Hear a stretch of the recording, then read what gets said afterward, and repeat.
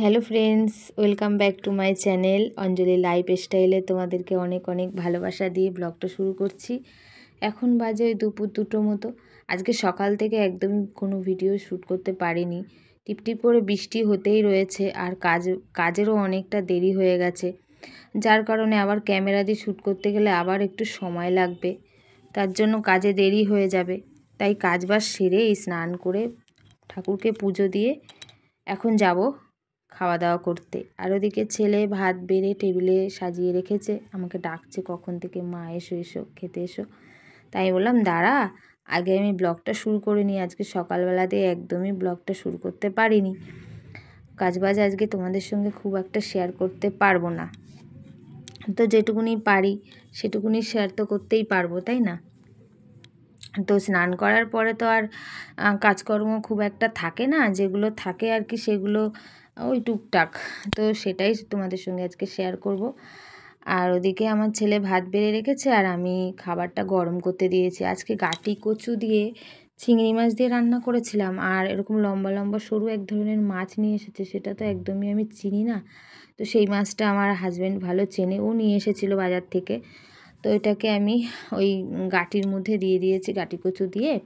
অনেকে মুখি বলে, গাটি কচু বলে, আমরা ঘাটি কচুই বলি। তো সেটাই দিয়ে রান্না করেছি, সেটাকে এখন গরম করতে দিয়েছি। ঠান্ডার সময় না একদমই খাওয়া যায় না ঠান্ডা তরকারি, তো গরম গরম একটু ভালো লাগে। আর সকালে যেহেতু আমি ওই চা বিস্কুট খেয়েছি, আর এখন ওই যে তরকারিটা গরম করতে দিয়েছি, এই যে গরম হচ্ছে, দেখো ফুটছে।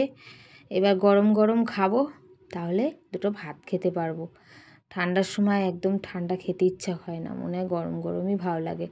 আর আমার একটু গরম গরমই বেশি ভালো লাগে, ঠান্ডা কি গরম কি, আমার গরম জিনিস খেতেই ভালো লাগে। আর এদিকে আমার ছেলে দেখো বসে গেছে, চিংড়ি মাছ ভেজেছি, ও চিংড়ি মাছ তো এত ভালো খায়, যেই দেখেছে আমি চিংড়ি মাছ ভেজে রেখে দিয়েছি কালকে শাক ভাজা করব বলে, ও সেখান থেকে একদম এক মুঠ তুলে নিয়ে এসে দেখো লঙ্কা দিয়ে তেল দিয়ে খাচ্ছে। গাটি কচু খুব একটাও ভালো খায় না, আর আমাকে দিয়ে দিয়েছে ভাত আর আলুর চিপস। আর আমি এই যে একটু তরকারি নিয়ে নিচ্ছি, ওকেও আমি গাটি কয়েকটা দিয়েছি। ও তো একদমই ঝোল খেতে চায় না, শুকনো শুকনোই খাবার পছন্দ করে। তো আমি বললাম তাহলে কটা গাটি নে, তো বলছে ঠিক আছে দাও, তো ওকে কয়টা গাটি দিয়ে দিচ্ছি কয়েকটা। আর আমি এই যে নিয়ে নিচ্ছি এখন। আর এইটা খেতে কিন্তু ভালো লাগে, দেখো কালারটা কত সুন্দর হয়েছে। কিন্তু এই যে গ্যাসের প্রবলেম হয়, আমার তো ইলিশ মাছ দিয়ে আর এই কচুর গাটি দিয়ে আমার ভীষণ ভীষণ ভালো লাগে, পাতলা ঝোলটা সেই লাগে। আর আজকে আর একটা জিনিস করেছিলাম, ডাল। তো ডালটা আর বেগুন ভাজা, ডাল আর বেগুন ভাজা ছেলের বাবা খেয়েছে আর টিফিনে নিয়ে গেছিলো। আর এই যে ডাল অবশিষ্ট একটুখানি বেঁচে আছে, আমি একটু নিচ্ছি, ছেলে একটু নেবে, মানে ছেলে একটু নিচ্ছে আমি একটু নেব, আমি তো এখনও খাওয়া স্টার্ট করিনি। আর এদিকে রাতের কিছুটা ভাত রয়েছে, ভাতগুলো ভালো আছে, তো আমিও নিয়ে নেব, ভাতের সাথে অ্যাড করে খেয়ে নেব। তো চলো এখন খাওয়া দাওয়াটা সেরে নিই। আর এদিকে দেখো আমি এই যে খেতে বসে গেছি, বেশ গরম গরম তরকারির সাথে ভাত, ভীষণ শীতের বেলায় কিন্তু দারুণ লাগে খেতে। তো দেখো খাওয়া দাওয়া আমাদের চালু হয়ে গেছে, মা ছেলের দুজনে মিলে এখন খেয়ে নিচ্ছি পেটটা ভরে, তারপরে হচ্ছে কথা। খাবার পেটে না থাকলে গায়ের জোরও আসবে না, মুখের জোরও আসবে না, কি তাই তো? খাওয়াটাই হচ্ছে সব থেকে বড় কথা, খেলেই সব ঠিক, না খেলেই বেঠিক। বাইরে টিপটিপ করে সারাদিন ধরে বৃষ্টি হচ্ছে, আর এই যে সব স্নান করা জামা কাপড়, ছেলের বাবা আবার পুকুর থেকে স্নান করে এসছে কাজের থেকে আসার সময়, সেই জামা কাপড় সব বাইরে মেলে দেওয়া, ভিজে ভিজে ঘরে আর কোথায় রাখবো, তাই সব বাইরে দড়িতে আছে। ওই সন্ধ্যার একটু আগে ঘরে তুলে নেব, জলটা ঝরে যাক তারপরে। আর এরকম বৃষ্টি বৃষ্টি ওয়েদার, তার মধ্যে শীতকাল, তার মধ্যে যদি বৃষ্টি হয় একদমই ভালো লাগে না, আমার একদম ঘৃণা করে। এখন আমার কিছু বাসন ছিল, সেই বাসনগুলো এখন আমি তাকে সাজালাম, তারপর জামা কাপড় কিছু ছিল সেগুলোকে ভাঁজ করে রাখলাম। আর এদিকে ছেলের বাবা বাড়ি আসলো, আর খাওয়া দাওয়া করেনি, ও টিফিন নিয়ে গেছিলো, এসেই ক্লান্ত হয়ে গেছে বলে শুয়ে পড়েছে। ওরা দুইজন বাবা আর ছেলে এখন ঘরে ঘুমাচ্ছে। আর একটু পরে সন্ধ্যা হয়ে যাবে, আমার আবার সন্ধ্যা দিতে হবে। যে ঘুমাচ্ছে, তা আমি আর শোবো না। আজকে দুপুরবেলা আমি একটু ঘুমাতে পারলাম না, ভালো লাগছিল না বলে। আর মানে শরীরটা ভালো নেই, গ্যাস হয়ে গেছে, তার জন্য আর ঘুম আসলো না।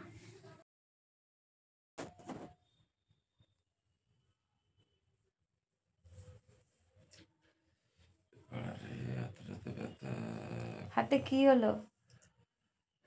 কেটে গেছে? ও বলছে আমার হাত কেটে গেছে। তা আমি বললাম কই দেখি কি হয়েছে, দেখি হাতে। বলছে হাত কেটে গেছে। আমার হাজব্যান্ড কিন্তু হাসে খুবই কম আর খুব গোমড়ামুখো আর ভীষণ রাগী।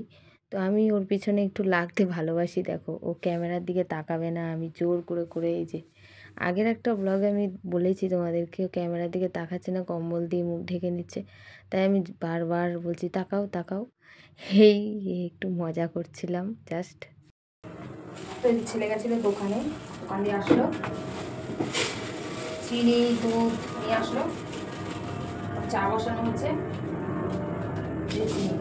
চিনিটা কালকে বাড়ন্ত হয়ে গেছে, চা করছে এখন। প্লেনের আওয়াজে কান একেবারে ঝলসে যায়, সারাক্ষণ যেতে থাকে এখানে।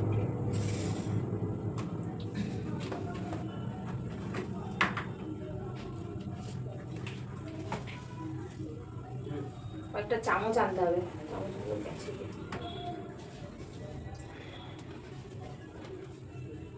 আমি বললাম যে তুই বাবু একটু চাটা বানা, আমার ছেলেকে বললাম একটু চা বানা, বানালে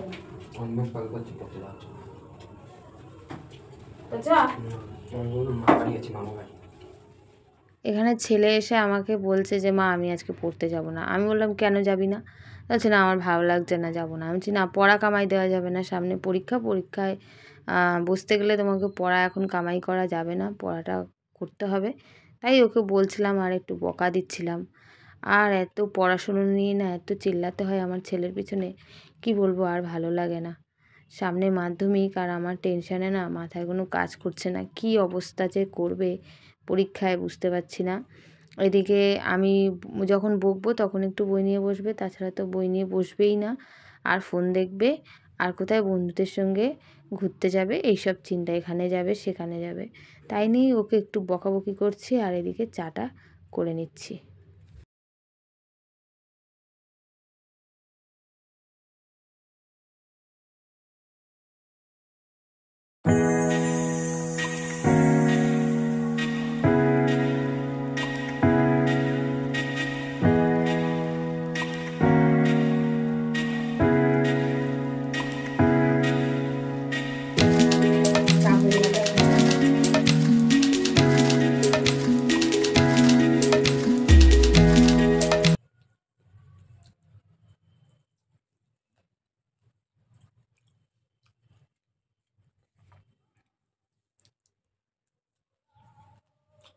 কি করছিস?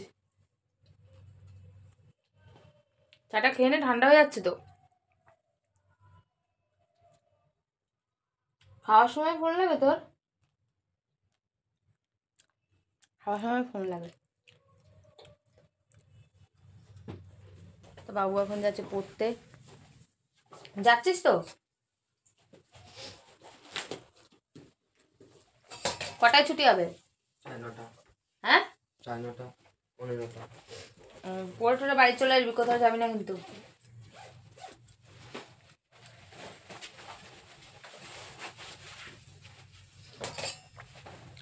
যা, সাবধানে যা, আর কোথাও যাবি না কিন্তু। সোজা ওনার পড়তে যাবি, ওনার বাড়িতে যাবি, স্যারের বাড়িতে, আবার বাড়ি চলে আসবি। শুভর সাথে বা অনিমেষের সাথে কোথাও যাবি না।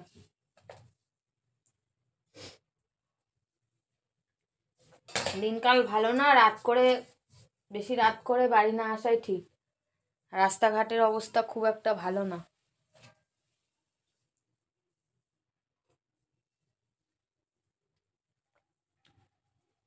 যা, টাটা। বাবু পড়ে বাড়ি চলে আসলো, আর আমি বসে বসে ইউটিউব ব্যানার বানাচ্ছিলাম টেক ভিডিও দেখে দেখে। তারপর এদিকে বরমশাই চলে গেল, আর এখন যাব আমি শাকটা কেটে রাখতে। সকালবেলায় তাহলে শাকটা ভাজা করতে পারবো। তো সকালবেলায় না অত মানে করে পারা যায় না, একদিকে রান্না একদিকে কোটা, তো শাক ঠাকগুলো কাটতে গেলে তো সময় লাগে। তো এখন যাব, গিয়ে শাকটা কেটে রাখবো। ফ্রি আছি যখন, তখন শাকটা কেটে রাখি। রাতে কিছু আর রান্নাবান্না কিছু করব না। দুপুরের তরকারি তো আছেই ধরা, ভাতও আছে, ভাতটা একটু গরম করব, তাই দিয়ে খেয়ে নেব। আমার তো ভীষণ পরিমাণে গ্যাস হয়েছে। এখন যাই শাকটা কেটে নিই। আর এই কম্বলের নিচে ঢুকলে না মানে কি বলবো, আর ভালো লাগে না। কম্বলের নিচে না, কম্বলের ভিতরে গেলে আর বেরোতে ইচ্ছা করে না। আর যা ঠান্ডা পড়েছে, তার মধ্যে বৃষ্টি, ভালো লাগছে না। কোনো কালই একদমই ভালো লাগে না। প্রচণ্ড শীতে একদম ভালো লাগে না, আবার প্রচণ্ড গরমে একদমই ভালো লাগে না। গরমকালে মনে হয় যেন শীতকাল আসলে ভালো হয়, আর শীতকালে মনে হয় গরমকাল আসলে ভালো হয়। তো সত্যি কথা বলতে কোনো কালেই শান্তি নেই, সব কালেই অশান্তি। তো কী আর করা যাবে, প্রকৃতির নিয়ম, এভাবেই আমাদের চলতে হবে। তো যাই এখন শাকটা কেটে নিই, চলো। এক বান্ডি শাক নিয়ে এসেছে, এক বান্ডির মতো কেটে রাখলে তো ভালো। আমার সকালবেলা কোনো অসুবিধা হবে না। শাকগুলো দেখো একদম তাজা তাজা রয়েছে, ফ্রিজ থাকলে ফ্রিজের মধ্যে রেখে দিলে অনেকটা ভালো হতো। আর আমাদের যে শাকটা নিয়ে আসে যার কাছ থেকে, সত্যিকার এসেছে, ওটা এত সুন্দর শাক দেয় না, মানে একদম টাটকা টাটকা শাক। ওদের জমির শাক টাটকা টাটকা একদম। এখন এই যে বেছে বেছে কেটে রাখছি, সকালবেলাতে জলে ধুয়ে নেবো ভালো করে, টাইমের জলে।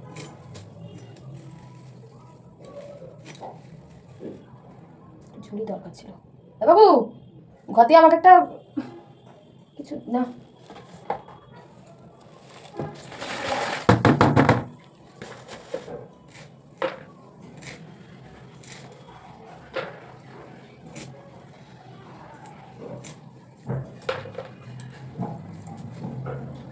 এরকম শাক হলে না একদম শান্তি লাগে কাটতে, দারুণ লাগে। আর যদি শাক আমার ওই পোকায় খাওয়া পাতা, তারপরে মাটি লাগানো তো থাকবেই, কিন্তু না এগুলোতে না মাটি নেই একদম, অনেকটাই পরিষ্কার, ভালোই পরিষ্কার। তাজা তাজা শাক কেটে রেখে দিচ্ছি, এখন সকালবেলাতে রান্না করবো। শীতের সময় তো কিছু হবে না, কালকে রান্না শাক এখন টাটকা রয়েছে। দেখো শীতল শাখা খালি নড়ে চড়ে গাছে পোকা পাতা ঝরে পড়ে, তার শাখা খালি নড়ে চড়ে গাছের পোকা পাতা ঝরে পড়ে। এই শাক কাটতে কাটতেই তোমাদের সঙ্গে একটা কথা শেয়ার করি। আমার বোন, মানে আমার মামার মেয়ে, একদিন আমি শাক কাটছিলাম, আর ও এসে বলছে, দিদি তুই শাক কাটছিস? আমি বলছি হ্যাঁ রে, দেখ না কত পাতা, পোকা টোকা হয়তো আছে, পোকায় খাওয়া পাতা। বলছে, আমি যে কতক্ষণ ধরে কাটবো বল? বলছে আমি তো গড়ে ধরি আর কাটি। আমি বলছি কী বলিস? বলছে হ্যাঁ, জানিস আমার ঠাকুমা শাশুড়ি আমাকে একটা কথা শিখিয়ে দিয়েছে। আমি কী কথা? বলছে যখন শাক কাটবে তখন বলবে, সীতা শাখা খারু নড়ে চড়ে গাছের পোকা পাতা ঝরে পড়ে। তো ও নাকি ওইটা বলে আর কাটে। তো সেখান থেকে আমিও শুনলাম, শুনে ও বলছে সীতা তো সতী ছিল, তাই সীতার নাম করলে পরে মানে এরকম নাকি ভালো হয়, শাকে যদি পোকামাকড় থাকে সব ঝরে পড়ে। তাই বললাম তাই? বলছে হ্যাঁ। তো সেখান থেকে আমি মুখে ওরকম বলি আর কাটি। তো তোমাদের যদি বন্ধুরা আমার কথাটা শুনে বিশ্বাস মনে হয়, তাহলে তোমরা ওরকম বলবে আর কাটবে, দেখবে আর পোকামাকড় থাকবে না। এটা হলো আমাদের যার যার বিশ্বাস। কথা আছে না, বিশ্বাসে মিলাই বস্তু তর্কে বহুদূর। তো এটা তো সত্যি, সীতা সতী ছিল, আর সীতা মানেই লক্ষ্মী, রাম মানেই নারায়ণ। তো সেক্ষেত্রে তারা তো দেবদেবী, তাদের নাম ধরলে আমাদের যে কোনো কাজ শুভ হয়, যে কোনো অশুভ থেকে আমরা মুক্তি পাই, এটাই আর কি। তো দেখো এখন আমি এই যে ধরছি আর কেটে কেটে নিচ্ছি। এগুলো সত্যি খুবই ভালো, কাটতে খুবই ভালো হলো। এরকম শাক কাটতে আমার খুব ভালো লাগে। তো যে সকালবেলায় আমি সময় পাই না, এই রান্না বান্না, এদিকে টিফিন নিয়ে যাবে, খুব ঝামেলা। ছেলে আবার পড়তে যাবে, তাকে আবার চা করে দিতে হয়, মানে কোনটা রেখে কোন কাজ করব আমি না দিশা খুঁজে পাই না। তবে ওনাদের সাথে গল্প করতে করতে দেখো আমার শাকগুলো বেশ কাটাও হয়ে গেল। যে শাক কাটা আমার হয়ে গেছে, সত্যি শাকটা কেটে আমি অনেকটা শান্তি পেলাম। দেখো একটা খারাপ শাক বেরোয়নি, মানে একটা পোকা পাতা কিছুই বেরোয়নি, সব পরিষ্কার। অনেক অনেক শান্তি পেলাম। এই শাকগুলো কী শাক বলো তো? এগুলো হচ্ছে ভেতে শাক। এগুলো জমিতে হয়, ধান ক্ষেতের মধ্যে হয়, খুব সুন্দর। যাদের গ্রামে বাড়ি তারা তো চিনতেই পারবে। এগুলো খেতে না, এই শাকটা খেতে না দারুণ লাগে, দারুণ। আমার মায়ের মামার বাড়িতে যখন যেত তখন আমিও যেতাম সাথে। তখন আমার মারা জমি থেকে আমার মা, আমার মায়ের মামার মেয়ে, ওরা আর কি শাক তুলে নিয়ে আসতো, নিয়ে এসে ভাজা করতো। দারুণ দারুণ লাগে খেতে। তো চলো, শাকটা কাটা আমার হয়ে গেল। ফ্রিজ থাকলে ভালো হতো, কী বলো? ফ্রিজের মধ্যে ঢুকিয়ে রাখতাম, একদম টাটকা টাটকা টাটকা থাকতো। এখন শীতকাল, কিছু হবে না, শাকগুলো এমনিতেই টাটকা থাকবে। ঝুড়িটা পরিষ্কার করেছি। ঝুড়ির মধ্যে আমার মানে ডেলি সাজার জিনিস কিছু টিপ, চুড়ি এইগুলো থাকে এর ভেতরে, তারপরে লিপস্টিক, সেগুলো সরিয়ে রেখে এই ঝুড়িটাকে ভালো করে পরিষ্কার করেছিলাম, আর রাখা হয়নি। এখন ওইগুলোকে রেখে দেবো এর মধ্যে। সব এখানে ঢালা রয়েছে, এবার এগুলোকে সব ঝুড়ির মধ্যে সুন্দর করে গুছিয়ে রাখবো।